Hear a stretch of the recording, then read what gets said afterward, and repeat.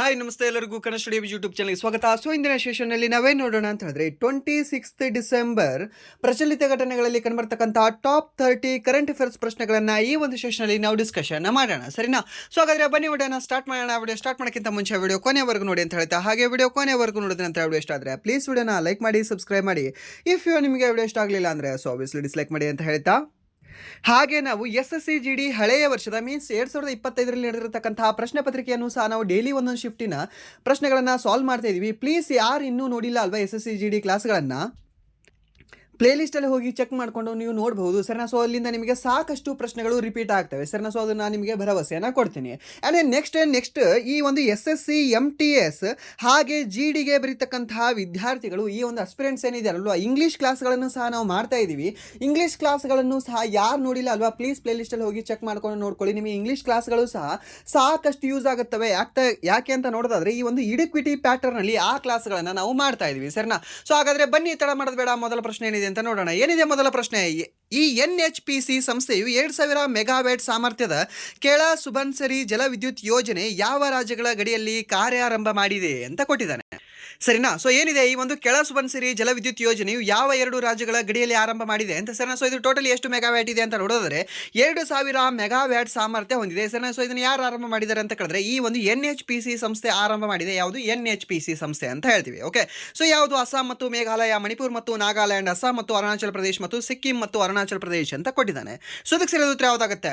So ಇದಕ್ಕೆ ಸರಿಯಾದ ಉತ್ತರ ಬಂದ್ಬಿಟ್ಟು ಆಪ್ಷನ್ ಸಿ ಅಂತ ಹೇಳ್ತೀವಿ. ಯಾವುದು? ಈ ಒಂದು ಅಸ್ಸಾಂ ಮತ್ತು ಅರುಣಾಚಲ ಪ್ರದೇಶದ ಗಡಿ ಮಧ್ಯೆ ಕಂಡುಬರ್ತಕ್ಕಂತಹ ಒಂದು ಜಲವಿದ್ಯುತ್ ಯೋಜನೆ ಯಾವುದು ಅಂತ ಕೇಳಿದ್ರೆ ಈ ಕೆಳ ಸುಬನ್ಸಿರಿ ಜಲವಿದ್ಯುತ್ ಯೋಜನೆ ಅಂತ ಹೇಳ್ತೀವಿ. ಯಾವುದು? ಈ ಒಂದು ಸುಬನ್ಸಿರಿ ಯೋಜನೆ ಎಲ್ಲಿ ಕಂಡುಬರುತ್ತೆ ಅಂದರೆ ಈ ಒಂದು ಅಸ್ಸಾಂ ಮತ್ತು ಅರುಣಾಚಲ ಪ್ರದೇಶದ ಗಡಿ ಭಾಗದಲ್ಲಿ ಕಂಡುಬರುತ್ತೆ. ಟೋಟಲಿ ಎಷ್ಟು ಒಂದು ಮೆಗಾವ್ಯಾಟ್ ಇದೆ? ಇದು 2000 ಮೆಗಾವ್ಯಾಟ್ ಕಂಡುಬರುತ್ತೆ. ಓಕೆ, ಆ್ಯಂಡ್ ದೆನ್ ನೆಕ್ಸ್ಟ್ ಪ್ರಶ್ನೆ ಏನಿದೆ ಅಂತಂದರೆ ಎರಡನೇ ಪ್ರಶ್ನೆ, ಉಪರಾಷ್ಟ್ರಪತಿ ಜಗದೀಪ್ ಧನ್ಕರ್ ಅವರು ಇತ್ತೀಚೆಗೆ ಯಾರ ಜೀವನದ ಮತ್ತು ಸಾಧನೆಗಳ ಕುರಿತ ಪುಸ್ತಕವನ್ನು ಬಿಡುಗಡೆ ಮಾಡಿದರು ಅಂತ ಕೇಳಿದ್ದಾನೆ ಸರ್ನ. ಯಾರು ಈ ಒಂದು ಉಪರಾಷ್ಟ್ರಪತಿಯಾಗಿರ್ತಕ್ಕಂಥ ಜಗದೀಪ್ ಧನ್ಕರ್ ಅವರು ಯಾರ ಒಂದು ಜೀವನ ಸಾಧನೆಗಳ ಕುರಿತ ಪುಸ್ತಕವನ್ನು ಬಿಡುಗಡೆ ಮಾಡಿದ್ದಾರೆ? ಯಾರ್ದು ಅಂತ ಕೇಳಿದ್ರೆ ಈ ಒಂದು ಅಟಲ್ ಬಿಹಾರಿ ವಾಜಪೇಯಿ ಅವರ ಜೀವನ ಸಾಧನೆಗಳ ಕುರಿತಾಗಿರ್ತಕ್ಕಂಥ ಒಂದು ಪುಸ್ತಕವನ್ನು ನಮ್ಮ ಭಾರತದ ಉಪರಾಷ್ಟ್ರಪತಿಯವರು ಇತ್ತೀಚೆಗೆ ಬಿಡುಗಡೆಯನ್ನು ಮಾಡಿದ್ದಾರೆ. ಆ್ಯಂಡ್ ದೆನ್ ನೆಕ್ಸ್ಟ್ ಪ್ರಶ್ನೆ, ಈ ಪ್ರಧಾನಿ ನರೇಂದ್ರ ಮೋದಿ ಅವರು ರಾಷ್ಟ್ರೀಯ ಪ್ರೇರಣಾ ಸ್ಥಳ ಎಂಬ ಸ್ಮಾರಕವನ್ನು ಯಾವ ನಗರದಲ್ಲಿ ಉದ್ಘಾಟಿಸಲಿದ್ದಾರೆ ಅಂತ ಕೇಳಿದ್ದಾನೆ ಸರ್ನ. ಯಾವುದು? ಈ ಒಂದು ರಾಷ್ಟ್ರೀಯ ಪ್ರೇರಣಾ ಸ್ಥಳ, ಸರಿನಾ. ಸೊ ಇಲ್ಲಿ ನಿಮಗೆ ಯಾರ್ದು ಅಂತಂದರೆ ಈ ಅಟಲ್ ಬಿಹಾರಿ ವಾಜಪೇಯಿ ಅವರು ಮತ್ತು ದೀನ್ ದಯಾಳ್ ಅವರು ಹಾಗೆ ಒಬ್ಬರು ನಾಯಕರದು ಸರ್. ಸೊ ಟೋಟಲಿ 3 ಮೂರ್ತಿಗಳನ್ನು, 3 ಈ ಸ್ಟ್ಯಾಚ್ಯೂಗಳನ್ನು ಉದ್ಘಾಟನೆ ಮಾಡಲಿದ್ದಾರೆ. ಸೊ ಆ ಒಂದು ಸ್ಥಳಕ್ಕೆ ಏನಂತ ಹೆಸರು ಕೊಟ್ಟಿದ್ದಾರೆ ಅಂತ ಕೇಳಿದ್ರೆ ಈ ಒಂದು ರಾಷ್ಟ್ರೀಯ ಪ್ರೇರಣಾ ಸ್ಥಳ ಅಂತ ಹೆಸರನ್ನು ಕೊಟ್ಟಿದ್ದಾರೆ. ಸೊ ಹಾಗಾದರೆ ಆ ಸ್ಮಾರಕಗಳು ಯಾವ ನಗರದಲ್ಲಿ ಉದ್ಘಾಟನೆ ಆಗಲಿದ್ದಾವೆ? ವಾರಣಾಸಿಯಲ್ಲಿ, ಲಕ್ನೋದಲ್ಲಿ, ನವದೆಹಲಿಯಲ್ಲಿ ಮತ್ತು ಅಹಮದಾಬಾದಲ್ಲಿ ಅಂತ ಆಪ್ಷನ್ ಕೊಟ್ಟಿದ್ದಾರೆ. ಸೊ ಇದಕ್ಕೆ ಸರಿಯಾದ ಉತ್ತರ ಯಾವುದಾಗುತ್ತೆ? ಸೊ ಇದಕ್ಕೆ ಸರಿಯಾದ ಉತ್ತರ ಬಂದ್ಬಿಟ್ಟು ಆಪ್ಷನ್ ಬಿ ಅಂತ ಹೇಳ್ತೀವಿ. ಯಾವುದು? ಈ ಒಂದು ಲಕ್ನೋದಲ್ಲಿ ರಾಷ್ಟ್ರೀಯ ಪ್ರೇರಣಾ ಸ್ಥಳ ಆರಂಭವಾಗಲಿದೆ ಸರ್ನ. ಹಾಗಾದರೆ ನೆಕ್ಸ್ಟ್ ನಿಮಗೆ ಇನ್ನೊಂದು ಪ್ರಶ್ನೆ ಕೇಳ್ಬೋದು. ಲಾಸ್ಟ್ ನಿಮಗೆ SSCGD ಕ್ಲಾಸಲ್ಲೂ ಸಹ ಹೇಳಿದೆ, and then daily current affairs ಕ್ಲಾಸಲ್ಲೂ ಸಹ ನಿಮಗೆ ಹೇಳಿದೆ. ಏನಂತ? ಈ ಹೈಡ್ರೋಜನ್ ಬೋಟ್ ಯಾವ ನಗರದಲ್ಲಿ ಉದ್ಘಾಟನೆ ಆಗಿದೆ ಇತ್ತೀಚೆಗೆ ಅಂತ. ಯಾವುದು? ಹೈಡ್ರೋಜನ್ ಬೋಟ್ ಯಾವ ನಗರದಲ್ಲಿ ಅಂತ ಕೇಳಿದ್ರೆ ಈ ಒಂದು ವಾರಣಾಸಿಯಲ್ಲಿ ಅಂತ ಹೇಳಿದ್ವಿ ಸರ್ನ.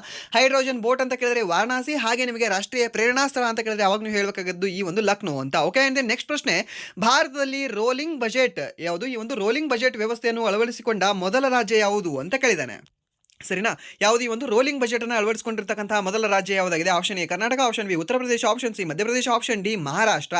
ಸೊ ಇದಕ್ಕೆ ಸರಿಯಾದ ಉತ್ತರ ಯಾವುದಾಗುತ್ತೆ? ಸೊ ಇದಕ್ಕೆ ಸರಿಯಾದ ಉತ್ತರ ಬಂದ್ಬಿಟ್ಟು ಆಪ್ಷನ್ ಸಿ ಅಂತ ಹೇಳ್ತೀವಿ. ಯಾವುದು? ಈ ಒಂದು ಮಧ್ಯಪ್ರದೇಶ ಏನಿದೆ ಅಲ್ವಾ, ಸೊ ಮಧ್ಯದಲ್ಲೇ ರೋಲ್ ಮಾಡ್ಕೊಳ್ತಾ ಇದೆ ಇದು. ಯಾವುದು? ಈ ಒಂದು ಮಧ್ಯಪ್ರದೇಶ ಅನ್ನೋದು ರೋಲಿಂಗ್ ಬಜೆಟನ್ನು ವ್ಯವಸ್ಥೆಯನ್ನು ಅಳವಡಿಸಿಕೊಂಡಿರ್ತಕ್ಕಂತಹ ಮೊಟ್ಟ ಮೊದಲ ಭಾರತೀಯ ರಾಜ್ಯವಾಗಿದೆ. ಓಕೆ, ಆ್ಯಂಡ್ ದೆನ್ ನೆಕ್ಸ್ಟ್ ಪ್ರಶ್ನೆ, ರೋಲಿಂಗ್ ಬಜೆಟ್ ವ್ಯವಸ್ಥೆಯು ಸಾಮಾನ್ಯವಾಗಿ ಎಷ್ಟು ವರ್ಷಗಳ ಹಣಕಾಸು ಯೋಜನೆಯನ್ನು ಒಳಗೊಂಡಿರುತ್ತದೆ ಅಂತ ಕೇಳಿದಾನೆ. ಓಕೆ, ಇವಾಗ ರೋಲಿಂಗ್ ಬಜೆಟ್ ಯಾವ ರಾಜ್ಯ ತಂದಿದ್ದಾರೆ? ಮಧ್ಯಪ್ರದೇಶ ರಾಜ್ಯ. ಬಟ್ ಎಷ್ಟು ವರ್ಷಗಳ ಹಣಕಾಸು ಯೋಜನೆಯನ್ನು ಒಳಗೊಂಡಿರುತ್ತದೆ ಅಂತ ಕೇಳಿದ್ರೆ 2 ವರ್ಷ, 3 ವರ್ಷ, 5 ವರ್ಷ ಮತ್ತು 10 ವರ್ಷ ಅಂತ ಕೊಟ್ಟಿದ್ದಾನೆ. ಸೊ ಇದಕ್ಕೆ ಸರಿಯಾದ ಉತ್ತರ ಯಾವುದಾಗುತ್ತೆ? ಸೊ ಇದಕ್ಕೆ ಸರಿಯಾದ ಉತ್ತರ ಬಂದ್ಬಿಟ್ಟು ಆಪ್ಷನ್ ಬಿ 3 ವರ್ಷ ಅಂತ ಹೇಳ್ತೀವಿ ಸರ್. ಈ ಒಂದು ರೋಲಿಂಗ್ ಬಜೆಟ್ ಏನಿದೆ ಅಲ್ವಾ, 3 ವರ್ಷಗಳ ಕಾಲ ಹಣಕಾಸು ಯೋಜನೆಯನ್ನು ಒಳಗೊಂಡಿರುತ್ತೆ. ಯಾವುದು? ಈ ಒಂದು ರೋಲಿಂಗ್ ಬಜೆಟ್ ಅನ್ನೋದು ಯಾವ ರಾಜ್ಯ ತಂದಿದೆ? ಮಧ್ಯಪ್ರದೇಶ ರಾಜ್ಯ ಇದನ್ನು ತಂದಿದೆ. ಆ್ಯಂಡ್ ನೆಕ್ಸ್ಟ್ ಪ್ರಶ್ನೆ, ಈ ಒಂದು ದಿತ್ವಾ ಚಂಡಮಾರುತದಿಂದ ಸಂಕಷ್ಟಕ್ಕೀಡಾದ ಶ್ರೀಲಂಕಾಗೆ ಭಾರತವು ಎಷ್ಟು ಮೊತ್ತದ ಪರಿಹಾರ ಪ್ಯಾಕೇಜ್ ಅನ್ನು ಘೋಷಿಸಿದೆ ಅಂತ ಕೇಳಿದ್ದಾನೆ ಸರ್ನ. ಸೊ ರೀಸೆಂಟ್ ಆಗಿ ಈ ಒಂದು ದಿತ್ವಾ ಎನ್ನುವ ಚಂಡಮಾರುತ ಬಂತು. ಸೊ ಇದನ್ನು ನೇಮ್ ಕೊಟ್ಟವರು ಯಾರು? ಯಮನ್ ದೇಶ ಅಂತ ಹೇಳ್ತೀವಿ ಸರ್ನ. ಯಾವ ದೇಶ? ಯಮನ್ ದೇಶ ಅಂತ ಹೇಳ್ತೀವಿ. ಸೊ ಇದಕ್ಕೆ ನೇಮಿಂಗ್ ಕೊಟ್ಟಿದೆ ಏನಂತ? ದಿತ್ವಾ ಅಂತ. ಸೊ ದಿತ್ವಾ ಚಂಡಮಾರುತ ಯಾವ ದೇಶಗಳ ಮೇಲೆ ಪ್ರಮುಖ ಪ್ರಮುಖವಾಗಿ ಪರಿಣಾಮ ಬೀರಿದೆ ಅಂತ ಕೇಳಿದ್ರೆ ಈ ಒಂದು ಶ್ರೀಲಂಕಾ ದೇಶದ ಮೇಲೆ ಪ್ರಮುಖವಾಗಿ ಹಾನಿಗೀಡಾಗಿಸತಕ್ಕಂಥ ಒಂದು ಪರಿಣಾಮವನ್ನು ಬೀರಿದೆ. ಓಕೆ, ಸೊ ಹಾಗಾದರೆ ಎಷ್ಟು ಮಿಲಿಯನ್ ನಮ್ಮ ಭಾರತ ಈ ಒಂದು ಪರಿಹಾರ ಪ್ಯಾಕೇಜನ್ನು ಘೋಷಿಸಿದೆ ಈ ಒಂದು ಶ್ರೀಲಂಕಾಗೆ ಅಂತ ಕೇಳಿದ್ದೇನೆ ಸರ್. ಸೊ ಎಷ್ಟು ಕೋಟಿ ಅಂತ ಹೇಳ್ಬೋದಾ? ಎಷ್ಟು ಕೋಟಿ ಅಂತ ಕೇಳಿದ್ರೆ ಈ ಒಂದು $400 ಮಿಲಿಯನ್ ಅಂತ ಹೇಳ್ತೀವಿ ಸರ್. ಎಷ್ಟು? $450 ಮಿಲಿಯನ್ ಈ ಪರಿಹಾರದ ಮೊತ್ತವನ್ನು ನಮ್ಮ ಭಾರತ ದಿತ್ವಾ ಚಂಡಮಾರುತದಿಂದ ಸಂಕಷ್ಟಕ್ಕೀಡಾಗಿರ್ತಕ್ಕಂಥ ಶ್ರೀಲಂಕಾಕ್ಕೆ ಘೋಷಿಸಿದೆ. ಓಕೆ, ಅಂಡ್ ದೆನ್ ನೆಕ್ಸ್ಟ್ ಪ್ರಶ್ನೆ, ಶ್ರೀಲಂಕಾಕ್ಕೆ ಭಾರತ ನೀಡುತ್ತಿರುವ ಈ ನೆರವು ಯಾವ ವಿದೇಶಾಂಗ ನೀತಿಯ ಭಾಗವಾಗಿದೆ ಅಂತ ಕೇಳಿದ್ದೇನೆ ಸರ್. ಯಾವುದು? ಆಕ್ಟ್ ಈಸ್ಟ್ ಪಾಲಿಸಿನ ಅಥವಾ ನೇಬರ್ ಫಸ್ಟ್ ಪಾಲಿಸಿನ? ಯಾವುದು ಹೇಳ್ಬೋದಾ? ಹೇಳಿ ನೋಡುವ, ಯಾವುದಾಗುತ್ತೆ? ಸ್ವಲ್ಪ ಯೋಚನೆ ಮಾಡಿ. ಯಾವುದು ಅಂತ ಕೇಳಿದ್ರೆ ಈ ನೇಬರ್ಹುಡ್ ಫಸ್ಟ್ ಪಾಲಿಸಿ ಅಂತ ಹೇಳ್ತೀವಿ ಸರ್. ಯಾವುದು? ಈ ಒಂದು ನೇಬರ್ಹುಡ್ ಫಸ್ಟ್ ಪಾಲಿಸಿಯ ಒಂದು ಅನ್ವಯ ಈ ಶ್ರೀಲಂಕಾಗೆ ನಮ್ಮ ಭಾರತ ಏನಿದೆ ಅಲ್ವಾ ಸಹಾಯವನ್ನು ಮಾಡ್ತಿದೆ. ಎಷ್ಟು ಕೋಟಿ? ಈ ಒಂದು $450 ಮಿಲಿಯನ್ ಅಂತ ಹೇಳ್ತೀವಿ ಸರ್. ಅಷ್ಟು ದುಡ್ಡನ್ನು ಕೊಡ್ತಾ ಇದೆ. ಆ್ಯಂಡ್ ದೆನ್ ನೆಕ್ಸ್ಟ್ ಪ್ರಶ್ನೆ, RBI ಇತ್ತೀಚೆಗೆ ಯಾವ ಮಾರ್ಗದ ಮೂಲಕ ಬ್ಯಾಂಕಿಂಗ್ ವ್ಯವಸ್ಥೆಗೆ 2.90 ಲಕ್ಷ ಕೋಟಿ ದ್ರವ್ಯತೆಯನ್ನು ಲಿಕ್ವಿಡಿಟಿ ಒದಗಿಸಲು ನಿರ್ಧರಿಸಿದೆ ಅಂತ ಕೇಳಿದ್ದೇನೆ ಸರ್. ಯಾವ ಒಂದು ವ್ಯವಸ್ಥೆಯ ಮೂಲಕ ಹೇಳ್ಬೋದಾ? ಯಾವ ಒಂದು ವ್ಯವಸ್ಥೆಯ ಮೂಲಕ ಅಂತ? ಯಾವ ವ್ಯವಸ್ಥೆಯ ಮೂಲಕ ಅಂತ ಕೇಳಿದ್ರೆ ಈ ಒಂದು OMO ಅಂತ ಹೇಳ್ತೀವಿ. ಏನು? ಮುಕ್ತ ಮಾರುಕಟ್ಟೆ ಕಾರ್ಯಾಚರಣೆಗಳು. ಓಕೆ, ಓಪನ್ ಮಾರ್ಕೆಟ್ ಆಪರೇಷನ್ ಅಂತ ಹೇಳ್ತೀವಿ ಸರ್. ಏನು? OMO ಫುಲ್ ಫಾರ್ಮ್ ಕೇಳ್ಬೋದು, ಓಪನ್ ಮಾರ್ಕೆಟ್ ಆಪರೇಷನ್ ಅಂತ ಹೇಳ್ತೀವಿ. ಸೊ ಟೋಟಲಿ ಎಷ್ಟು ಮೌಲ್ಯ ಅಂತ ಕೇಳಿದ್ರೆ ಈ ಒಂದು 2.90 ಲಕ್ಷ ಕೋಟಿ ಅಂತ ಹೇಳ್ತೀವಿ. ಓಕೆ, ಆ್ಯಂಡ್ ನೆಕ್ಸ್ಟ್ ಪ್ರಶ್ನೆ, ಮುಕ್ತ ಮಾರುಕಟ್ಟೆ ಕಾರ್ಯಾಚರಣೆ. ಓಕೆ, ಓಪನ್ ಮಾರ್ಕೆಟ್ ಆಪರೇಷನ್ ಎಂದರೆ ಏನು ಅಂತ ಕೇಳಿದ್ದಾನೆ ಸರ್. ಏನು ಈಗ ಅಂದರೆ ಯಾವುದು? ಈ ಒಂದು OMO ಅಂದರೆ ಏನು ಅಂತ? ಏನಿದೆ OMO ಅಂದರೆ ಈ ರಿಸರ್ವ್ ಬ್ಯಾಂಕ್ ಸರ್ಕಾರಿ ಬಾಂಡ್ಗಳ ಖರೀದಿ ಅಥವಾ ಮಾರಾಟ ಮಾಡುವುದನ್ನು ನಾವು ಈ ಒಂದು OMO ಅಂತ ಹೇಳ್ತೀವಿ ಸರ್. ಈ ಒಂದು ಸರ್ಕಾರಿ ಬಾಂಡ್ಗಳ ಒಂದು ಖರೀದಿ ಅಥವಾ ಮಾರಾಟ ಏನು ಮಾಡುತ್ತಲ್ವ ಈ ಒಂದು RBI, ಅದನ್ನು ನಾವು OMO ಅಂತ ಹೇಳ್ತೀವಿ ಸರ್. ಏನು? ಈ ಒಂದು ಮುಕ್ತ ಮಾರುಕಟ್ಟೆ ಕಾರ್ಯಾಚರಣೆ ಅಂತ ಹೇಳ್ತೀವಿ ಸರ್. ಸೊ ಇದು ನಿಮಗೆ ಈ RRBಯಲ್ಲಿ ಮತ್ತು SSCಯಲ್ಲಿ ದ ಹೈ ಲೆವೆಲಲ್ಲಿ ಕೇಳ್ತಕ್ಕಂಥ ಕ್ವಶನ್ ಇದೆ ನೋಡಿ ಇದು. ಓಕೆ, ಅದನ್ನು ನೆನ್ಪಿಟ್ಕೊಳ್ಳಿ. ಇದು ನಿಮ್ಗೆ ಕೇಳ್ಬೋದು, ಸಾಕಷ್ಟು ಇಂಪಾರ್ಟೆಂಟ್ ಇದೆ. ಸೊ ಅದನ್ನು ನೀವು 5 ಸ್ಟಾರ್ ಹಾಕೊಂಡು ನೆನ್ಪಿಟ್ಕೊಳ್ಳಿ. ಆವಾಗಲೇ ನಿಮಗೆ ಪ್ರೇರಣಾ ಅಂತ ಒಂದು ಕ್ವಶನ್ ಬಂದಿದ್ದಲ್ವ, ಅದನ್ನು ಸಹ ನೀವು 5 ಸ್ಟಾರ್ಗೆ ನೆನ್ಪಿಟ್ಕೊಳ್ಳಿ. ಯಾಕೆಂದರೆ ಅದನ್ನು ಸಹ ನಿಮಗೆ ಕೇಳೋ ಚಾನ್ಸಸ್ ಸಾಕಷ್ಟಿದೆ. ಆ್ಯಂಡ್ ಏನು ಸುಭಾನ್ ಸಿರಿ, ಸೊ ಅದು ಸಹ ನಿಮಗೆ ಮೋಸ್ಟ್ ಇಂಪಾರ್ಟೆಂಟ್ ಇದೆ. ಆ್ಯಂಡ್ ಏನು ಇದು ಸಹ ನಿಮಗೆ ಮೋಸ್ಟ್ ಇಂಪಾರ್ಟೆಂಟ್ ಇದೆ ಸರ್. ಹಾಗಾದರೆ ಇವಾಗ ಇವಾಗ ಬೇರೆ ಕ್ವಶನ್ ಹೇಳಿದ್ರಲ್ವಾ, ಇದು ಇಂಪಾರ್ಟೆಂಟ್ ಇದೆಯಾ ಅಥವಾ ಇಲ್ವಾ? ಯಾವುದು? ಈ ಒಂದು ಆಕ್ಟ್ ಈಸ್ಟ್ ಪಾಲಿಸಿ ಆಗಿರಲಿ, ಒಂದು ನೇಬರ್ಹುಡ್ ಫಸ್ಟ್ ಪಾಲಿಸಿ ಆಗಿರಲಿ. ಓಕೆ, ಇದು ಎಷ್ಟು ಇಂಪಾರ್ಟೆಂಟ್ ಇದೆ ಅಲ್ವಾ, ಇದರ 10ರಷ್ಟು ಈ ಪ್ರಶ್ನೆ ಏನಿದೆ ಅಲ್ವಾ, ಇದು ಇಂಪಾರ್ಟೆಂಟ್ ಇದೆ. ಸೊ ಅದಕ್ಕೆ ಇದನ್ನು ನೆನ್ಪಿಟ್ಕೊಳ್ಳಿ. ಅಂದರೆ ನೆಕ್ಸ್ಟ್ ಪ್ರಶ್ನೆ, ಇತ್ತೀಚೆಗೆ ಯಶಸ್ವಿ ಬಳಕೆದಾರ ಪ್ರಯೋಗಗಳನ್ನು ಪೂರ್ಣಗೊಳಿಸಿದ ಮುಂದಿನ ಪೀಳಿಗೆಯ ಆಕಾಶ್ ಯಾವ ರೀತಿಯ ಕ್ಷಿಪಣಿ ವ್ಯವಸ್ಥೆಯಾಗಿದೆ ಅಂತ ಕೇಳಿದ್ದಾನೆ. ಓಕೆ, ನೆಕ್ಸ್ಟ್ ಜನರೇಷನ್ ಆಕಾಶ್ ಎಂಬುದು ಯಾವ ಒಂದು ರೀತಿಯ ಕ್ಷಿಪಣಿ ವ್ಯವಸ್ಥೆಯಾಗಿದೆ? ಯಾವ ರೀತಿದು ಅಂತ ಕೇಳಿದ್ರೆ ಅವಾಗಲೂ ಹೇಳಬೇಕಾಗುತ್ತೆ ಈ ಒಂದು ಸರ್ಫೇಸ್ ಟು ಏರ್ ರೀತಿಯ ಒಂದು ಕ್ಷಿಪಣಿ ವ್ಯವಸ್ಥೆಯಾಗಿದೆ. Option B surface to air. Okay, ಏನಂತ ಹೇಳ್ತೀವಿ? ಸ್ಯಾಮ್ ಅಂತ ಹೇಳ್ತೀವಿ. ಓಕೆ, ಇದನ್ನು ನೆನ್ಪಿಟ್ಕೊಳ್ಳಿ, ಇದನ್ನು ಸಹ ನಿಮಗೆ ಕೇಳಬಹುದು. ಆ್ಯಂಡ್ ನೆಕ್ಸ್ಟ್ ಪ್ರಶ್ನೆ, ಭಾರತೀಯ ಕರಾವಳಿ ಕಾವಲು ಪಡೆಗೆ ಸೇರಿದ ಹೊಸ ಮಾಲಿನ್ಯ ನಿಯಂತ್ರಣ ನೌಕೆ ಹೆಸರೇನು ಅಂತ ಕೇಳಿದ್ದೇನೆ. ಈ ಒಂದು ಮಾಲಿನ್ಯ ನಿಯಂತ್ರಣ ನೌಕೆ ಹೆಸರು ಏನಾಗಿದೆ ಅಂತ ಹೇಳ್ಬೋದಾ? ಏನಾಗಿದೆ? ಒಂದು ಸಮುದ್ರ ಪ್ರತಾಪ ಆಗಿದೆ. ಓಕೆ, ಈ ಒಂದು ಪ್ರತಾಪವನ್ನು ನೀವು ಏನಾದರೂ ಜಾಸ್ತಿ ತೋರಿಸಿ ಪರಿಸರವನ್ನು ಮಾಲಿನ್ಯ ಮಾಡಿದ್ರೆ ಅದು ನಿಮಗೆ ಕುತ್ತು ಬರುತ್ತೆ. ಓಕೆ, ಹೀಗೆ ನೆನಪಿಡುತ್ತದೆ. ಆ್ಯಂಡ್ ನೆಕ್ಸ್ಟ್ ಪ್ರಶ್ನೆ, 40 ವರ್ಷಗಳ ಸುದೀರ್ಘ ಸೇವೆಯ ನಂತರ ಇತ್ತೀಚೆಗೆ ನಿವೃತ್ತಿಗೊಂಡ ಭಾರತೀಯ ನೌಕಾಪಡೆಯ ಜಲಂತರ್ಗಾಮಿ ಯಾವುದು ಅಂತ ಕೇಳಿದ್ದೇನೆ ಸರ್. ಯಾವುದಾಗಿದೆ? ಅರಿಹಂತ ಇನ್ನೂ ಇದೆ sir. And then next sir INS Sindhughosh ಅಥವಾ ಕಲ್ವರಿ ಇನ್ನೂ ಇದೆ. ಆ್ಯಂಡ್ ದೆನ್ ವೇಲಾ ಸಹ ಇನ್ನೂ ಇದೆ. ಸೊ ಇಲ್ಲಿ ಸಿಂಧುಘೋಷ ಅನ್ನೋದು ಏನಿದೆ ಅಲ್ಲ, ಸೊ ಆ ಸಿಂಧು ನದಿಯ ಥರ ಇದು ಸಹ ಇವಾಗ ಮರೆಮಾಚಿ ಹೋಗ್ತಾ ಇದೆ. ಯಾವುದು? INS ಸಿಂಧುಘೋಷ್ ಅಂತ ಹೇಳ್ತೀವಿ. ಆ್ಯಂಡ್ ದೆನ್ ನೆಕ್ಸ್ಟ್ ಪ್ರಶ್ನೆ, ಗಡಿ ರಸ್ತೆಗಳ ಸಂಸ್ಥೆ ಮೀನ್ಸ್ ಈ ಒಂದು ಬಾರ್ಡರ್ ರೋಡ್ ಆರ್ಗನೈಸೇಷನ್ ಬಿಡುಗಡೆ ಮಾಡಿದ ಹೊಸ ಕೈಪಿಡಿಯ ಒಂದು ಮುಖ್ಯ ಉದ್ದೇಶವೇನು ಅಂತ ಕೇಳಿದ್ದೇನೆ. ಹೊಸದಾಗಿ ಒಂದು ಮ್ಯಾನ್ಯುವಲ್ನ ಬಿಡುಗಡೆ ಮಾಡಿದಾರಂತೆ ಅವರು, BRO ದವರು. ಏನಿದೆ ಅದರ ಒಂದು ಮುಖ್ಯ ಉದ್ದೇಶ ಏನಿದೆ ಅಂತ ಕೇಳಿದ್ರೆ ಅವಾಗ ನಾವು ಹೇಳಬೇಕಾಗುತ್ತೆ, ಕಾರ್ಯತಂತ್ರದ ರಸ್ತೆ ನಿರ್ಮಾಣದಲ್ಲಿ ದಕ್ಷತೆ ಮತ್ತು ಈ ಒಂದು ಪಾರದರ್ಶಕತೆಯನ್ನು ಹೆಚ್ಚಿಸುವುದು ಅದರ ಒಂದು ಮುಖ್ಯ ಉದ್ದೇಶವಾಗಿದೆ. ಓಕೆ, ಆ್ಯಂಡ್ ದೆನ್ ನೆಕ್ಸ್ಟ್ ಪ್ರಶ್ನೆ, ರಾಷ್ಟ್ರೀಯ ವಿಜ್ಞಾನ ಪುರಸ್ಕಾರ 2025 ಪ್ರದಾನ ಸಮಾರಂಭವು ಎಲ್ಲಿ ನಡೆಯಿತು ಅಂತ ಕೇಳಿದ್ದಾನೆ. ಓಕೆ, ರಾಷ್ಟ್ರೀಯ ವಿಜ್ಞಾನ ಪುರಸ್ಕಾರ ಎಲ್ಲಿ ನಡೀತದೆ ಅದು ಪ್ರತಿ ವರ್ಷ ಅಂತ ಕೇಳಿದ್ರೆ ಈ ಒಂದು ರಾಷ್ಟ್ರಪತಿ ಭವನದಲ್ಲಿ. ಈ ಒಂದು ರಾಷ್ಟ್ರಪತಿ ಭವನದಲ್ಲಿ ರಾಷ್ಟ್ರೀಯ ವಿಜ್ಞಾನ ಪುರಸ್ಕಾರ ಪ್ರತಿ ವರ್ಷ ನಡೀತದೆ. ಇಲ್ಲಿ ಒಂದು ರಾಷ್ಟ್ರಪತಿ ಭವನ ಅಂತ ಹೇಳ್ತೀವಿ, ರಾಷ್ಟ್ರೀಯ ವಿಜ್ಞಾನ ಪುರಸ್ಕಾರ ಅಂತ ಹೇಳ್ತೀವಿ. ಹಾಗಾದರೆ ರಾಷ್ಟ್ರೀಯ ವಿಜ್ಞಾನ ದಿನ ಯಾವಾಗ? ಫೆಬ್ರವರಿ 28 ಅಂತ ಹೇಳ್ತೀವಿ. ಆ್ಯಂಡ್ ದೆನ್ ನೆಕ್ಸ್ಟ್ ಪ್ರಶ್ನೆ, ಇತ್ತೀಚೆಗೆ ನಿಧನರಾದ ಸಾಹಿತ್ಯ ಅಕಾಡೆಮಿ ಪ್ರಶಸ್ತಿ ಪುರಸ್ಕೃತ ವಿನೋದ್ ಕುಮಾರ್ ಶುಕ್ಲಾ ಅವರು ಯಾವ ಭಾಷೆಯ ಖ್ಯಾತ ಸಾಹಿತಿ ಆಗಿದ್ದರು ಅಂತ ಕೇಳಿದ್ದೇನೆ ಸರ್. ಯಾವ ಭಾಷೆಯ ಸಾಹಿತಿ ಆಗಿದ್ರು ಇವರು? ಸೊ ಇದು ನೀವು ಇದನ್ನು ಬಿಟ್ಕೊಳ್ಳಿ, ಇಲ್ಲಾಂದರೆ ಈ ಕ್ಲಾಸ್ನ ನೀವು ಮಿಸ್ ಮಾಡ್ಕೊಳ್ಳಿ. ಓಕೆ, ಮಿಸ್ ಮಾಡಿದವ್ರಿಗೆ ಅಂತೂ ಇದು ಲಾಸ್ ಇದು. ಓಕೆ, ಸೊ ಇದು ಯಾಕೆ ಹೇಳ್ತಾ ಇದ್ದೀನಿ ಅಂತ ಕೇಳಿದ್ರೆ ರೀಸೆಂಟಾಗಿ ಈ ಒಂದು ಜ್ಞಾನಪೀಠ ಅವಾರ್ಡನ್ನು ಯಾರಿಗೆ ನೀಡಲಾಗಿದೆ ಅಂತ ಕೇಳಿದ್ರೆ ಇದೇ ವಿನೋದ್ ಕುಮಾರ್ ಶುಕ್ಲಾ ಅವರಿಗೆ. ರೀಸೆಂಟಾಗಿ ಎಷ್ಟನೇ ಒಂದು ಜ್ಞಾನಪೀಠ ಅವಾರ್ಡ್ ಅಂತ ಕೇಳಿದ್ರೆ 59ನೇ ಜ್ಞಾನಪೀಠ ಅವಾರ್ಡನ್ನು ಯಾರಿಗೆ ನೀಡಿದ್ದಾರೆ ಅಂತ ಕೇಳಿದ್ರೆ ಈ ಒಂದು ವಿನೋದ್ ಕುಮಾರ್ ಶುಕ್ಲಾ ಅವರಿಗೆ ನೀಡಿದ್ದಾರೆ. ಓಕೆ. ಸೊ ಇವರು ಡೆತ್ ಆಗಿದ್ದಾರೆ ಇವಾಗ. ಸೊ ಒಂದು ಡೆತ್ ಆಗಿದ್ದಾರೆ ಅನ್ನೋದು ಒಂದು ಇಂಪಾರ್ಟೆಂಟ್, ಇನ್ನೊಂದು ಕರೆಂಟ್ ಅಫೇರ್ಸಲ್ಲಿ ಇದ್ರು ಅನ್ನೋದು ಒಂದು ಇಂಪಾರ್ಟೆಂಟ್, ಯಾವುದು ಜ್ಞಾನಪೀಠ ಅವಾರ್ಡ್ ಕೊಟ್ಟಿದ್ದಾರೆ ಅನ್ನೋದು ಇನ್ನೊಂದು ಇಂಪಾರ್ಟೆಂಟ್. ಆ್ಯಂಡ್ ದೆನ್ ಈ ಒಂದು ಛತ್ತೀಸ್ಗಢದಿಂದ ಮೊದಲ ಜ್ಞಾನಪೀಠ ಅವಾರ್ಡನ್ನು ತೆಗೆದುಕೊಂಡಿರ್ತಕ್ಕಂಥ ವ್ಯಕ್ತಿ ಅನ್ನೋದಕ್ಕೆ ಇವರು ಇಂಪಾರ್ಟೆಂಟ್. ಸೊ ಅದಕ್ಕೆ ಎಲ್ಲವೂ ಸಹ ಇದೇ ಇಂಪಾರ್ಟೆಂಟ್ ಆಗುತ್ತೆ. ಸೊ ಅದಕ್ಕೆ ಇದನ್ನು ನೆನ್ಪಿಟ್ಕೊಳ್ಳಿ. ಸೊ ಇವರು ಹಿಂದಿ ಭಾಷೆಯ ಖ್ಯಾತ ಸಾಹಿತಿ ಆಗಿದ್ರು, ಯಾರು? ವಿನೋದ್ ಕುಮಾರ್ ಶುಕ್ಲಾನವರು. ಸೊ ಇವ್ರದ್ದೊಂದು ಪುಸ್ತಕ ಇದೆ, ಏನಂತ? ದೀವಾರ್ ಮೇ ಏಕ್ ಖಿಡ್ಕಿ ಥಾ ಅಂತ. ಓಕೆ, ಎಂತ? ದೀವಾರ್ ಮೇ ಏಕ್ ಖಿಡ್ಕಿ ಅನ್ನೋದು ಸೊ ಇವರ ಒಂದು ಪುಸ್ತಕವಾಗಿದೆ ಸರ್ನಾ. ಸೊ ಅದನ್ನು ಇದು ನೆನ್ಪಿಟ್ಕೊಳ್ಳಿ. ಓಕೆ, ಸೊ ಇದು ನಿಮಗೆ ಕೇಳೋ ಚಾನ್ಸಸ್ ಸಾಕಷ್ಟು ಇರುತ್ತೆ. ಬಟ್ ಇಲ್ಲಿ ವಿನೋದ್ ಕುಮಾರ್ ಶುಕ್ಲಾ ಅವ್ರ ಬಗ್ಗೆ ಫಿಕ್ಸ್ ನೀವು ನೆನ್ಪಿಟ್ಕೊಳ್ಳಿ. ಮುಂಬರ್ತಕ್ಕಂಥ ಒಂದು 10 ಎಕ್ಸಾಮ್ ನಡೆದು ಅಂತ ಅಂದ್ಕೊಳ್ಳಿ. ಆ 10 ಎಕ್ಸಾಮಲ್ಲಿ ಮಿನಿಮಮ್ ಒಂದು 5 ಎಕ್ಸಾಮಲ್ಲಿ ನಿಮಗೆ ಈ ಒಂದು ಪ್ರಶ್ನೆ ನಿಮಗೆ ನೋಡೋಕೆ ಸಿಗುತ್ತೆ.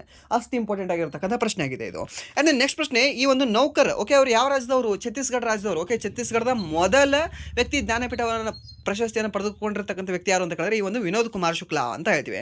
ಆ್ಯಂಡ್ ನೆಕ್ಸ್ಟ್, ಈ ಒಂದು ನೌಕರ್ ಕಿ ಕಮೀಸ್ ಎಂಬ ಪ್ರಸಿದ್ಧ ಕೃತಿಯನ್ನು ರಚಿಸಿದವರು ಯಾರು ಅಂತ ಕೇಳಿದಾನೆ. ಓಕೆ, ಯಾವುದು? ಈ ಒಂದು ನೌಕರ್ ಕಿ ಕಮೀಸ್ ಎನ್ನುವ ಒಂದು ಕೃತಿಯನ್ನು ರಚನೆ ಮಾಡಿದವರು ಯಾರು ಅಂತ. ಯಾರಿದ್ದಾರೆ ಇದನ್ನು ರಚನೆ ಮಾಡಿದವರು? ಹೇಳ್ಬೋದಾ ಯಾರು ಅಂತ?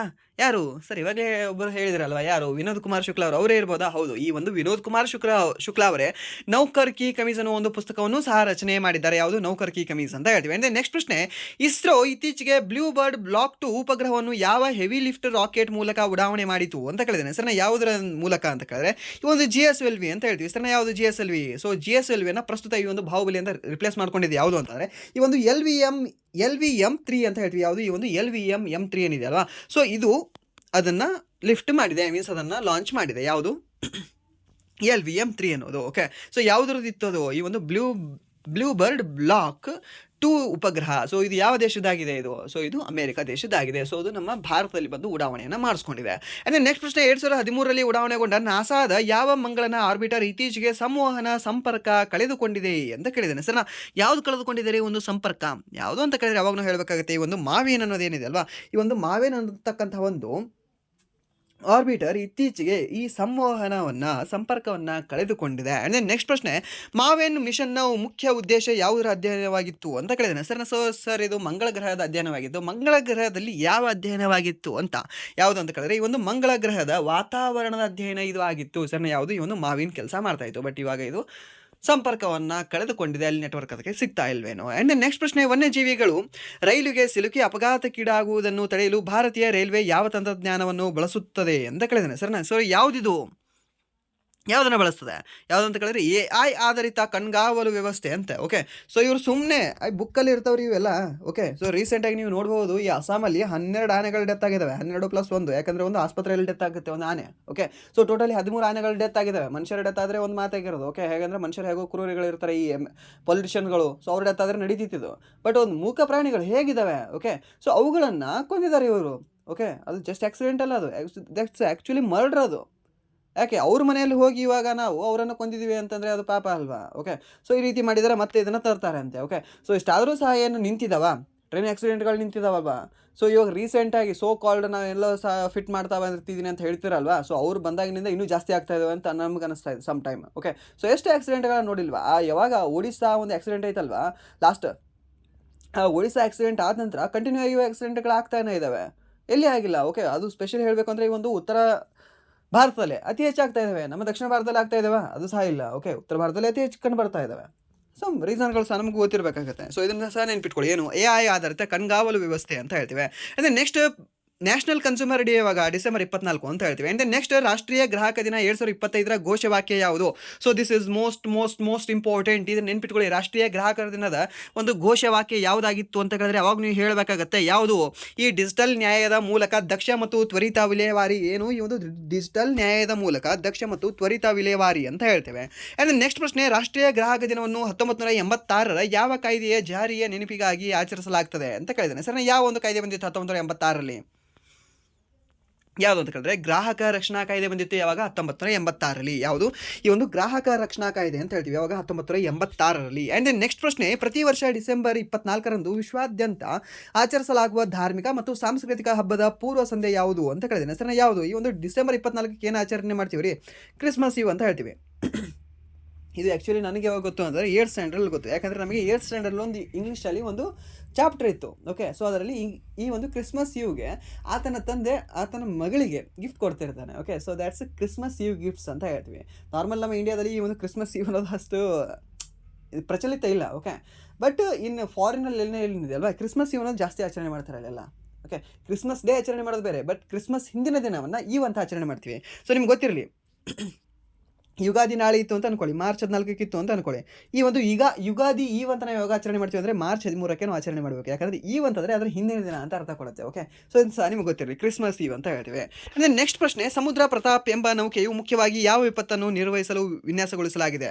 ಯಾವುದು ಅಂತ ಕೇಳಿದ್ರೆ, ಸರ್ ಇವಾಗಲೇ ಮಾಲಿನ್ಯ ಅಂತ ಹೇಳಿದ್ರೆ ಯಾವ ಮಾಲಿನ್ಯ? ತೈಲ ಸೋರಿಕೆ ಮತ್ತು ರಾಸಾಯನಿಕ ಮಾಲಿನ್ಯ ಅಂತ ಹೇಳ್ತೀವಿ. ಆ್ಯಂಡ್ ನೆಕ್ಸ್ಟ್ ಪ್ರಶ್ನೆ, ಬಾಹುಬಲಿ ರಾಕೆಟ್ ಎಂದು ಕರೆಯಲ್ಪಡುವ ಇಸ್ರೋದ ರಾಕೆಟ್ನ ಅಧಿಕೃತ ಹೆಸರೇನು ಅಂತ ಕೇಳಿದಾನೆ. ಈ ಒಂದು LVM-3 ಅಂತ ಹೇಳ್ತೀವಿ. ಯಾವುದು? ಈ ಒಂದು LVM-3 ಅಂತ ಹೇಳ್ತೀವಿ, ಸರಿನಾ? ಸೊ GSLV ಅಲ್ಲ, ಇವಾಗ ಪ್ರಸ್ತುತ ಇರೋದು ಯಾವುದಂದ್ರೆ ಈ ಒಂದು LVM-3 ಅಂತ ಹೇಳ್ತೀವಿ. ಸೊ ಇದು 10,000 ಟನ್ನಷ್ಟು ನಭಕ್ಕೆ ಚಿಮ್ಮಿಸ್ತಕ್ಕಂತಹ ಒಂದು ಶಕ್ತಿಯನ್ನು ಹೊಂದಿದೆ. ಇದು ಎಷ್ಟು? 10,000 ಟನ್. ಸೊ ಇವಾಗ ಲಾಸ್ಟ್ ಒಂದು ಕ್ವಶನ್ ನೋಡಿದಲ್ವಾ, ಸೊ ಅದು ಎಷ್ಟು ತೂಕ ಇತ್ತು ಅಂತ ಕೇಳಿದ್ರೆ 6,500 ಟನ್ ಹೊಂದಿತ್ತು. ಇತ್ತೀಚೆಗೆ ಅಂದರೆ ಇಲ್ಲಿಯವರೆಗೆ ಇಸ್ರೋ ದಾಖಲು ಮಾಡಿರ್ತಕ್ಕಂಥ ಅತಿ ಹೆಚ್ಚು ತೂಕದ ಒಂದು ಉಡಾವಣಾ ಉಪಗ್ರಹ ಆಗಿತ್ತು, ಸರಿ. ಸೊ ಅದನ್ನು ಸಹ ನೆನ್ಪಿಟ್ಕೊಳ್ಳಿ, ಕೇಳ್ಬೋದು ನಿಮಗೆ. ಸೊ ಟೋಟಲಿ ಇಲ್ಲಿವರೆಗೆ 343 ಉಪಗ್ರಹಗಳನ್ನು, 34 ದೇಶದ 343 ಉಪಗ್ರಹಗಳನ್ನು ನಮ್ಮ ಇಸ್ರೋ ಏನಿದೆ ಅಲ್ವಾ, ನಭಕ್ಕೆ ಚಿಮ್ಮಿದೆ. ಓಕೆ, ಸೊ ಇದು ಸಹ ಇಂಪಾರ್ಟೆಂಟ್ ಇದೆ, ಇದನ್ನು ಸಹ ನೆನ್ಪಿಟ್ಕೊಳ್ಳಿ. ಆ್ಯಂಡ್ ದೆನ್ ನೆಕ್ಸ್ಟ್, ಈ ಒಂದು ನೌಕರ್ ಕಿ ಕಮೀಸ್ ಕೃತಿಯ ಬರಹಗಾರರಿಗೆ ಯಾವ ಪ್ರತಿಷ್ಠಿತ ಪ್ರಶಸ್ತಿ ಸಿಕ್ಕಿದೆ ಇವಾಗ? ಸೊ ನೌಕರ್ ಕಿ ಕಮೀಸ್ ಪುಸ್ತಕ ಯಾರ್ದ್ರಿ? ಈ ಒಂದು ವಿನೋದ್ ಕುಮಾರ್ ಶುಕ್ಲಾ ಅವರಿಗೆ ಯಾವ ಸಿಕ್ಕಿದೆ ಪ್ರಶಸ್ತಿ? ಜ್ಞಾನಪೀಠ ಅವಾರ್ಡ್ ಆ್ಯಂಡ್ ದೆನ್ ಸಾಹಿತ್ಯ ಅಕಾಡೆಮಿ ಪ್ರಶಸ್ತಿ. ಸೊ ಇದಕ್ಕೆ ಆಪ್ಷನ್ ಯಾವುದು ಅಂತ ಹೇಳ್ತೀವಿ ಅಂದರೆ ಆಪ್ಷನ್ ಬಿ ಅಂತ ಹೇಳ್ತೀವಿ, ಯಾಕಂದರೆ ಸಾಹಿತ್ಯ ಅಕಾಡೆಮಿ ಪ್ರಶಸ್ತಿ. ಸೊ ದ ಎಕ್ಸಾಕ್ಟ್ ಇದೇ ಬುಕ್ಗೆ ಸಿಕ್ಕಿದೆ, ಯಾವುದು? ನೌಕರ್ ಕಿ ಕಮೀಸ್ ಅಂತ ಹೇಳ್ತೀವಿ. ಆ್ಯಂಡ್ ದೆನ್ ನೆಕ್ಸ್ಟ್ ಪ್ರಶ್ನೆ, ಸುಬಾನ್ಸಿರಿ ಜಲವಿದ್ಯುತ್ ಯೋಜನೆಯ ಒಟ್ಟು ಸಾಮರ್ಥ್ಯ ಎಷ್ಟು? 2,000 ಮೆಗಾವ್ಯಾಟ್ ಅಂತ ಹೇಳ್ತೀವಿ. ಆ್ಯಂಡ್ ದೆನ್ ಲಕ್ನೋದಲ್ಲಿ ಉದ್ಘಾಟನೆ ಆಗಲಿರುವ ರಾಷ್ಟ್ರೀಯ ಪ್ರೇರಣಾ ಸ್ಥಳವು ಯಾರಿಗೆ ಸಮರ್ಪಿತವಾಗಿದೆ ಅಂತ ಕೇಳಿದರೆ, ಈ ರಾಷ್ಟ್ರೀಯ ವೀರರು ಮತ್ತು ಮಹಾನ್ ಚಿಂತಕರಿಗೆ ಇದು ಸಮರ್ಪಿತವಾಗಿದೆ. ಆ್ಯಂಡ್ ದೆನ್ ಈ ಒಂದು ಕ್ಲಾಸಿನ ಕೊನೆಯ ಪ್ರಶ್ನೆ, ಹಾಗೆ ಈ ಒಂದು ಕ್ಲಾಸಿನ ಹೋಮ್ವರ್ಕ್ ಪ್ರಶ್ನೆ ಏನು ಅಂತ ಕೇಳಿದ್ರೆ, ದ್ರವ್ಯತೆಯನ್ನು ಬ್ಯಾಂಕಿಂಗ್ ವ್ಯವಸ್ಥೆಗೆ ಸೇರಿಸುವುದರಿಂದ ಆಗುವ ಪ್ರಮುಖ ಲಾಭವೇನು ಅಂತ ಕೇಳಿದರೆ, ಸರ್ ನಾ ಸೊ ಇದಕ್ಕೆ ಯಾವುದು ಅಂತ ಆನ್ಸರ್ ಹೇಳ್ಬೋದಾ? ಹೇಳಿ ನೋಡುವ. ಓಕೆ, ಇದನ್ನು ನೀವು ಕಾಮೆಂಟ್ ಮಾಡಿ. Okay, this is the today's homework question. So ಇದಾಗಿತ್ತು ಇಲ್ಲಿವರೆಗೆ 26 ಡಿಸೆಂಬರ್ನ ಪ್ರಚಲಿತ ಘಟನೆಗಳಲ್ಲಿ ಕಂಡುಬರ್ತಕ್ಕಂಥ ಟಾಪ್ 30 ಕರೆಂಟ್ ಅಫೇರ್ಸ್ ಪ್ರಶ್ನೆಗಳು. ಸೊ ಇಲ್ಲಿವರೆಗೂ ವಿಡಿಯೋದಕ್ಕಾಗಿ ಫಸ್ಟ್ ಆಫ್ ಆಲ್ ಧನ್ಯವಾದಗಳು. ಹಾಗೆ ಇಲ್ಲಿವರೆಗೂ ವಿಡಿಯೋ ನೋಡಿ ನಿಮಗೆ ಏನಾದರೂ ವಿಡಿಯೋ ಇಷ್ಟ ಆಗಿದ್ರೆ ಪ್ಲೀಸ್ ವಿಡಿಯೋನ ಲೈಕ್ ಮಾಡಿ, ಸಬ್ಸ್ಕ್ರೈಬ್ ಮಾಡಿ. ಇಫ್ ನಿಮಗೆ ವಿಡಿಯೋ ಇಷ್ಟ ಆಗಿಲ್ಲ ಅಂದರೆ ಆಬ್ವಿಯಸ್ಲಿ ಡಿಸ್ಲೈಕ್ ಮಾಡಿ ಅಂತ ಹೇಳ್ತಾ, ಹಾಗೆ ನಾವು ಒಂದು ಯೋಜನೆಯನ್ನು ಸಹ ಹಾಕೊಂಡಿದ್ವಿ. ಏನು ಅಂತಂದರೆ last 1 year current affairs class ಮಾಡಬೇಕು ಅಂತ ಅಂದ್ಕೊಂಡಿದ್ವಿ. ಮೀನ್ಸ್ ಒಂದು 2 or 3 ಪಾರ್ಟಲ್ಲಿ. ಸೊ ಎಷ್ಟು ಕ್ವಶನ್ಗಳು ಅಂತಂದರೆ 500 ಕ್ವಶನ್ಗಳ last 1 year current affairs class ಮಾಡಬೇಕು ಅಂತ ಇದ್ದೀವಿ, ಸರ್ನಾ. ಸೊ ಇದನ್ನು ಮಾಡಬಹುದಾ ಅಥವಾ ಮಾಡಬಾರ್ದಾ? ಮೀನ್ಸ್ ಮಾಡಿದ್ರೆ ಹೇಗೆ ಅಂತಂದರೆ ನಿಮ್ಮ ಸಪೋರ್ಟ್ ಬೇಕು. ಓಕೆ, ಸೊ ಮೀನ್ಸ್ ನಿಮ್ಮ ಸಪೋರ್ಟ್ ಇದ್ದರೆ ಅದು ಮಾಡೋಕ್ಕೆ ನಮಗೂ ಸಹ ಖುಷಿ ಕೊಡುತ್ತೆ, ಆ್ಯಂಡ್ ದೆನ್ ಮೋಟಿವೇಟ್ ಮಾಡುತ್ತೆ. ಇಲ್ಲಾಂದ್ರೆ ಅದು ನೋಡಲೇ ಇಲ್ಲ ಅಂತಂದರೆ ನಮಗೂ ಸಹ ಓಕೆ ಬಿಡು, ಹೋಗಲಿ ಬಿಡು, ನಮ್ಮದು ವರ್ಕ್ ಸಹ ನಾವು ಮಾಡ್ಕೊಳ್ಳೋಣ ಅಂತ. ಸೊ ಆ ರೀತಿ ಮೈಂಡಲ್ಲಿ ಸಹ ಬರುತ್ತೆ. ಓಕೆ, ಯಾವುದೋ ಮೂಲೆಯಲ್ಲಿ ಮೀನ್ಸ್ ಆಗ ಅನ್ಸುತ್ತೆ. ಓಕೆ, ಲೈಫಲ್ಲಿ ಹೇಗೆ ಅಂದರೆ ಅದಕ್ಕೆ ರೀಸನ್ ಬೇಕಲ್ವಾ, ಮಾಡ್ತಿರ್ತೀವಿ ಅಂತ ಅದಕ್ಕೊಂದು ರೀಸನ್ ಬೇಕು. ಓಕೆ, ಇವಾಗ ನೀವು ಹುಡುಗರು ನೋಡ್ತಿದ್ರೆ ಅದಕ್ಕೆ ನಿಮಗೆ ಯೂಸ್ ಆಗ್ತಿದೆ ಅಂತಂದರೆ ಓಕೆ, ಅದೊಂದು ನಮಗೆ ವ್ಯಾಲಿಡ್ ರೀಸನ್. ಓಕೆ, ವಿದ್ಯಾರ್ಥಿಗಳಿಗೆ ಅದು ಯೂಸ್ ಆಗ್ತಿದೆ, ಆಸ್ಪಿರೆಂಟ್ಸ್ಗೆ ಅದು ಯೂಸ್ ಆಗ್ತಿದೆ, ಆ್ಯಂಡ್ ದೆನ್ ಅವ್ರು ನೋಡ್ತಾ ಇದ್ದಾರೆ ಅಂದರೆ ನಮಗೆ ಸಹ ಖುಷಿ ಕೊಡುತ್ತೆ. ಓಕೆ, ಮಾಡಬೇಕು ಅಂತ ಅನಿಸುತ್ತೆ. ಓಕೆ, ಸೊ ಇದನ್ನು ಮಾಡೋದಾ ಅಥವಾ ಬೇಡವಾ ಅಂತ ನೀವು ಕಾಮೆಂಟಲ್ಲಿ ತಿಳಿಸಿ. ಓಕೆ, ಸೊ ಎಷ್ಟು ಕ್ವಶನ್ ಅಂತಾರೆ? 500 question last 1 year, means last ಜನವರಿಯಿಂದ ಈ ಡಿಸೆಂಬರ್ವರೆಗೆ ಆಗಿರತಕ್ಕಂಥ ಎಲ್ಲ ಪ್ರಚಲಿತ ಘಟನೆಗಳ ಟಾಪ್ 500. ಓಕೆ, ಎಷ್ಟು? ಟಾಪ್ 500 ಪ್ರಶ್ನೆಗಳನ್ನು ಮಾಡಬೇಕು ಅಂತ ಅಂದ್ಕೊಂಡಿದ್ವಿ. ಸೊ ಇದರ ಬಗ್ಗೆ ನಿಮ್ಮ ಒಂದು ಅನಿಸಿಕೆಯನ್ನು ತಿಳಿಸಿ. ಹಾಗೆ ಇಲ್ಲಿವರೆಗೂ ಯಾರು SSGD ಕ್ಲಾಸ್ಗಳನ್ನು ನೋಡಿಲ್ಲ ಅಲ್ವಾ, ಪ್ಲೀಸ್ ಪ್ಲೇಲಿಸ್ಟಲ್ಲಿ ಹೋಗಿ ಚೆಕ್ ಮಾಡ್ಕೊಂಡು ಒಂದು ಸರಿ ನೀವು SSGD ಕ್ಲಾಸ್ಗಳನ್ನು ನೋಡ್ಕೊಳ್ಳಿ. ಖಂಡಿತವಾಗ್ಲೂ ಈ ಸರಿ ನೀವು SSGDಯಲ್ಲಿ 15ಕ್ಕಿಂತ ಜಾಸ್ತಿ ಪ್ರಶ್ನೆಗಳನ್ನು ನೀವು ಸಾಲ್ವ್ ಮಾಡ್ತೀರಾ. ಆ್ಯಂಡ್ ದೆನ್ 15ಕ್ಕಿಂತ ಜಾಸ್ತಿ ಪ್ರಶ್ನೆಗಳನ್ನು ನೀವು ಮಾಡೋದ್ರಿಂದ ಮಿನಿಮಮ್ ನಿಮಗೆ 30+ ಮಾರ್ಕ್ಸ್ಗಳು ನಿಮಗೆ ಜಸ್ಟ್ GK ಇಂದನೇ ಬರ್ತವೆ. ಓಕೆ, ಸೊ ಇಷ್ಟು ನಾನು ನಿಮಗೆ ಭರವಸೆನ ಕೊಡ್ತಾ, ಸೊ ವಿಡಿಯೋನ ಇಲ್ಲಿಗೆ ಏನು ಮಾಡ್ತಿದ್ದೀನಿ. Once again thank you so much.